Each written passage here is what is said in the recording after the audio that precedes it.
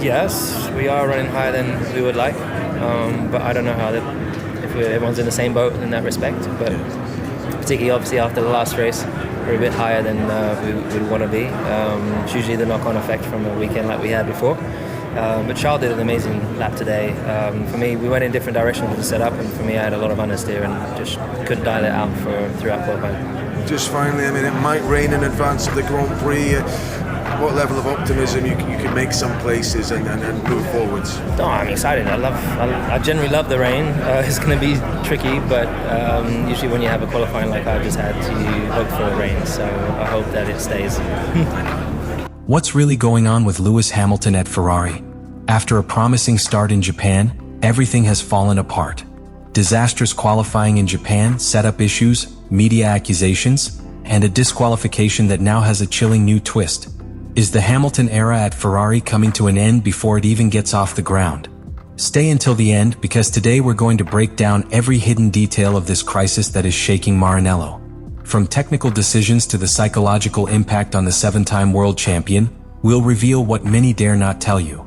And before we start, tell me in the comments, do you think Ferrari is failing with Hamilton, or is it the driver who isn't adapting to the SF-25? What happened to Lewis Hamilton at the Chinese Grand Prix wasn't just another disqualification for a technical violation. It was an event that had profound ramifications both technically and psychologically within Ferrari, and directly affected their performance in subsequent races, starting with Japan. For many, it was a miscalculation. But a deeper analysis reveals a chain of hasty decisions, a lack of preparation, and a team that has yet to find a way to fully integrate its new star driver into its operational structure. Formula One technical regulations require cars to respect a minimum ride height, and this is monitored by the wear of the skid block, a plate of resistant material located under the car. In Hamilton's case, after the Chinese GP, measurements revealed that the skid block was below the minimum permitted limit, 8.5 millimeters on the right side, 8.6 millimeters on the left and in the center, when the regulations require at least 9 millimeters. The FIA had no choice but to impose an immediate disqualification. But this was not the typical penalty for a millimeter too much or too little. It was a symptom of a deeper dysfunction within the team. What few knew, and what has been revealed over the days, is that Ferrari arrived at that race without complete data on the SF-25's behavior during a long stint in dry conditions, particularly with Hamilton.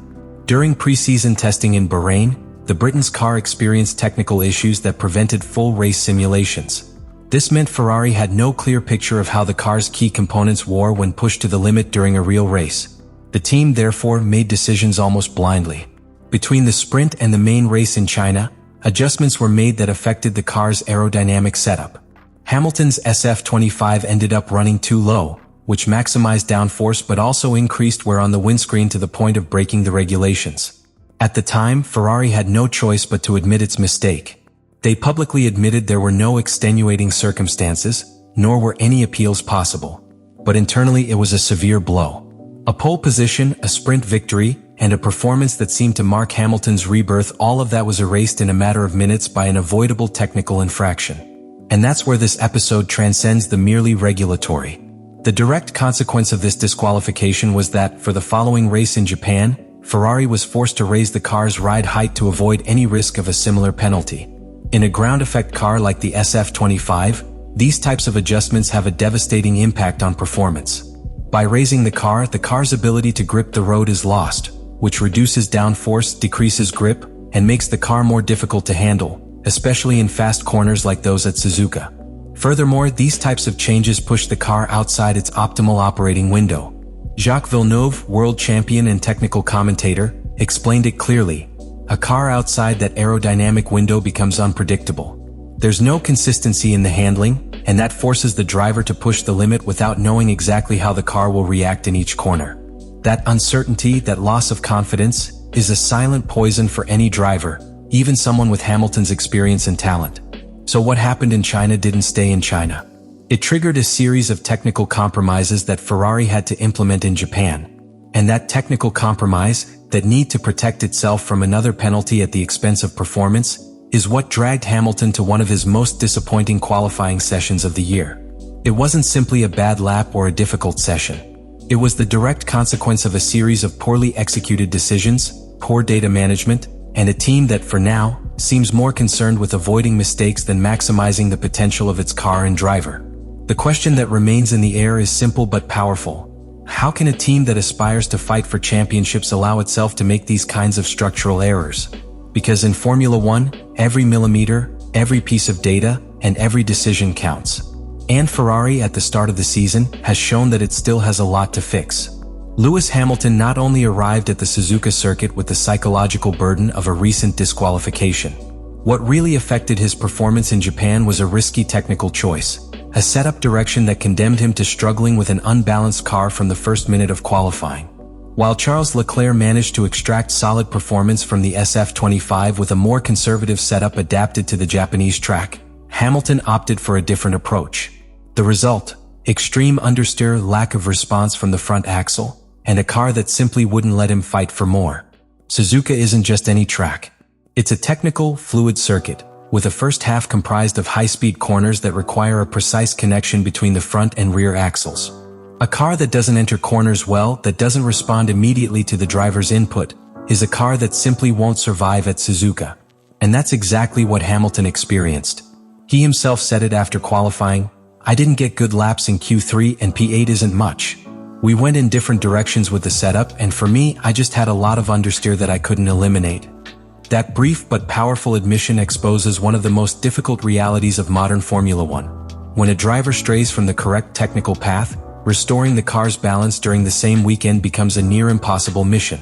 The SF-25 is a sensitive car, designed to operate within an extremely narrow performance window. The car's ride height, suspension stiffness, weight distribution, and front axle downforce must all be perfectly balanced. If one of those parameters is out of sync, the whole system falls apart. And this is where the understeer problem becomes much deeper. This wasn't a simple driving error. It was a direct consequence of the mandatory changes Ferrari had to make to the car's ride height after the disaster in China. By raising the car to prevent further excessive wear on the skid block, the team lost a good portion of the downforce generated by the car's floor. This forced Hamilton to seek out the lost front-end grip through setup. But that search led him down a path of no return. The most worrying thing is that this divergence between drivers in the same team shouldn't be so drastic. Leclerc and Hamilton have different styles, yes, but in a competitive car, both should be able to maximize performance without resorting to extremes. The fact that Leclerc found a viable solution, while Hamilton sank into a setup that simply didn't work, is a reflection of the fragility of the SF-25 and how poorly Ferrari has understood its behavior in extreme situations. Understeer itself is not a new enemy for Hamilton. In fact, during his time at Mercedes, the Briton developed a tremendous sensitivity for adjusting the car's setup based on how the front end responded. But at Ferrari, with a completely new car for him, without solid preseason data due to the technical problems suffered in Bahrain, and with reduced downforce due to the team's defensive decisions, that experience was not enough. Added to this is another silent but decisive factor: lack of confidence. When a driver doesn't trust what the car will do entering a corner at over 250 km/h, they ease off slightly, turn with less determination, and those fractions of a second translate into tenths of a second. Tenths of a second that, in Q3 at Suzuka, send you from the top 5 to the bottom of the standings. Hamilton's phrase, "It wasn't good enough on my part," may sound self-critical, but it also hides an implicit resignation. When the car doesn't respond, there's little the driver can do, no matter how experienced. The situation at Suzuka poses a technical dilemma for Ferrari. Should they continue to allow such different setup paths among their drivers? Or is it time to establish a more unified and predictable direction, even if it means sacrificing some flexibility? Because what's at stake isn't just a couple of points in the standings. It's the morale of a 7-time world champion who, for now, hasn't found the technical support he needs in Ferrari to compete at the highest level. And that, in the long term, could cost them much more than a poor qualifying. It could cost them the confidence of their best bet in years. What began as a simple disqualification for a technical infraction ended up turning into a perfect storm of internal tensions, distorted perceptions, and a carefully manipulated media narrative. Ferrari's situation isn't limited to on-track errors. The real problem that's beginning to emerge is a communication and leadership crisis that threatens to fracture the team's delicate balance. And at the center of this storm, as could not be otherwise, is Lewis Hamilton. After the disqualification of both cars at the Chinese Grand Prix, the media attention wasn't solely focused on the technical error. What really raised alarm bells at Ferrari was the way the story was constructed from the outside. a story that hinted at a direct conflict between Hamilton and the team, fueled by a specific clip from the driver's radio during the race.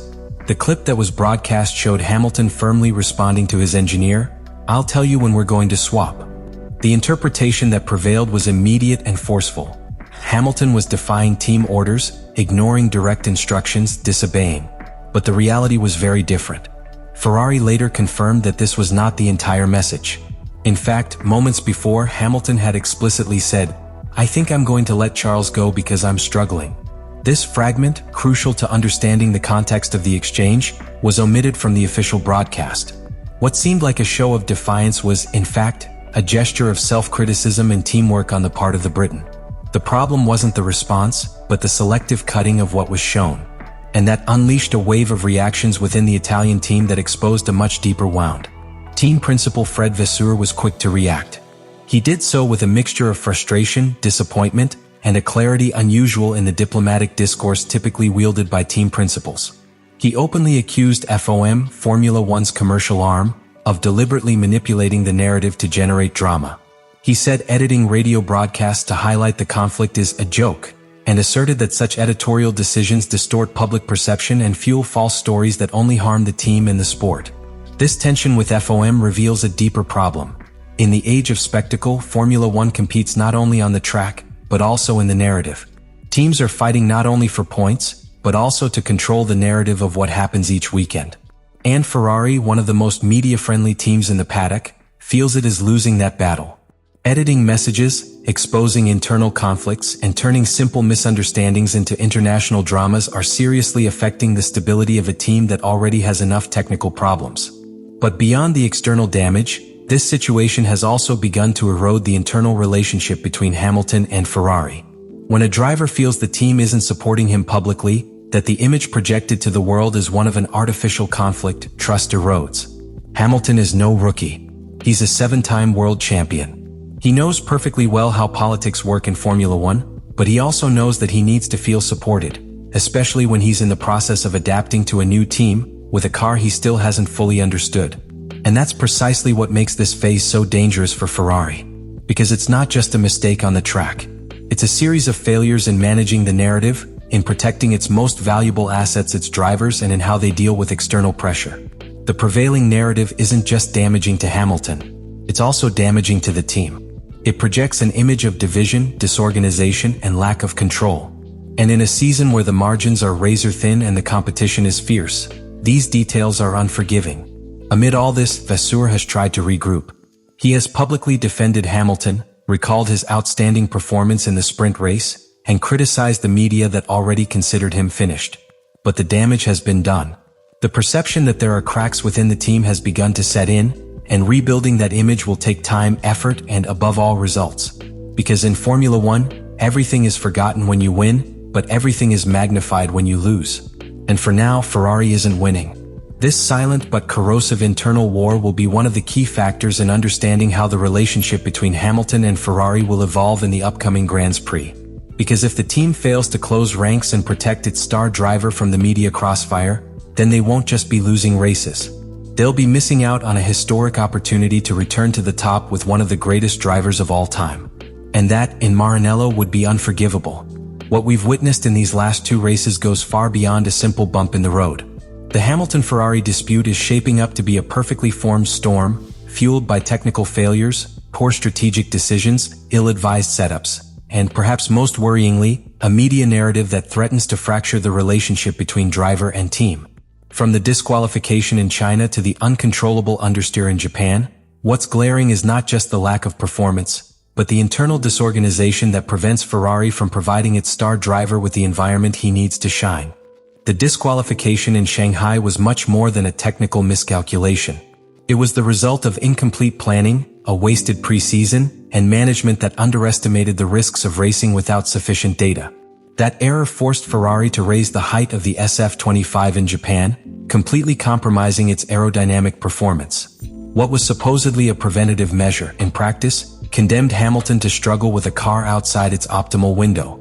The consequence was inconsistent performance, an inability to find the right balance, and a disappointing qualifying that directly impacted the driver's confidence. But the problem doesn't end there. The second blow, perhaps quieter but equally devastating, was the one generated off the track. FOM's manipulation of the radio message, which left out the full context of the communication between Hamilton and his engineer, generated a distorted narrative. One that painted Hamilton as a rebellious driver, when in reality he was offering to let his teammate pass because he didn't feel competitive. That narrative, fueled by certain media outlets and analysts, created a sense of internal conflict that Ferrari has had to publicly deny, but which has already left its mark on the general perception. Fred Vasseur has tried to put out the fire. He defended Hamilton, harshly criticized those who accuse him of being finished, and pointed out that his performance in qualifying and the sprint was a clear sign that he still has a lot to offer. But the reality is that such statements, however forceful, don't change the results. And in Formula One, as we all know, results are the only currency that truly matters. Therefore, the challenge Ferrari faces for the remainder of the season is immense.